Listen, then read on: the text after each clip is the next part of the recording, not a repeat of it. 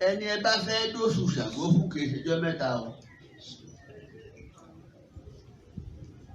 Ọjọ́ mẹ́tàdínlógún ní 17 days.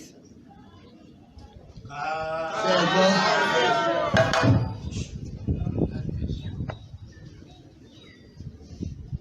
Ẹni ẹ bá fi sílé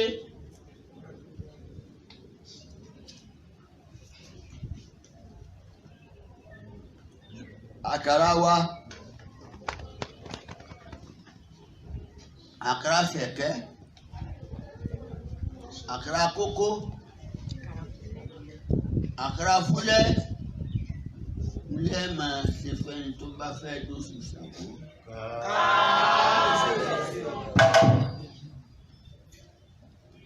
Ọ̀lẹ̀ mẹ́ta ló wà, ṣé ń gbọ́ mi? Ọ̀lẹ̀ elépo,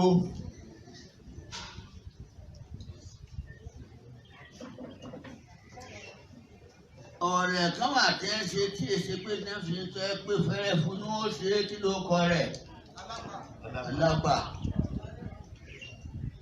Ẹ máa ṣe bẹ́ẹ̀ tí ó bá bẹ́ẹ̀ tó ṣe. Ìkẹta, ọ̀lẹ̀ tí ẹ ṣe ṣe pé iye tí ó wà níbẹ̀ epo lò ní pọ̀ tẹ́ ẹ sì pàtàkì.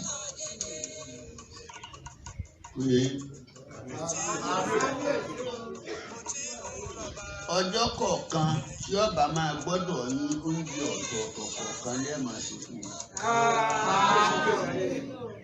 Ẹwà kọ́ńtíṣàn kò jẹ́.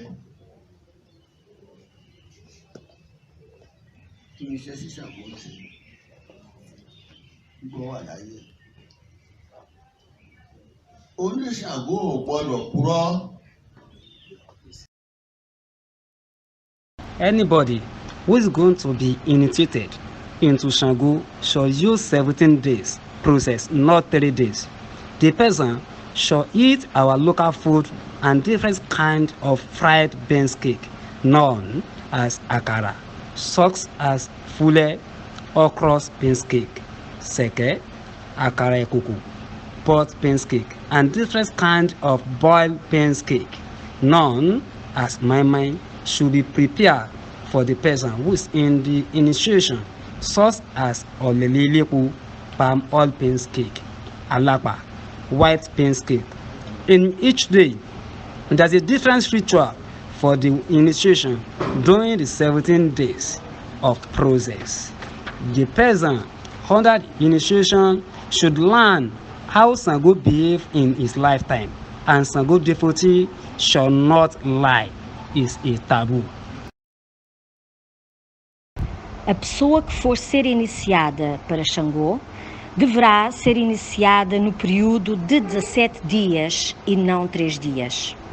Durante a iniciação, o iniciado deve comer a nossa comida local e os vários tipos de acará, conhecido como bolinho de feijão frito, como por exemplo, cheque ou fulé, bolinho de quiabo, ou icocô, bolinho no pote, e também diferentes variedades de bolinho de feijão cozido, conhecido como maimai, os quais devem ser preparados durante a iniciação, como, por exemplo, olelé elepô, bolinho de dendê, alapá, bolinho branco. Todos os dias, diferentes rituais devem ser feitos durante os 17 dias no processo da iniciação.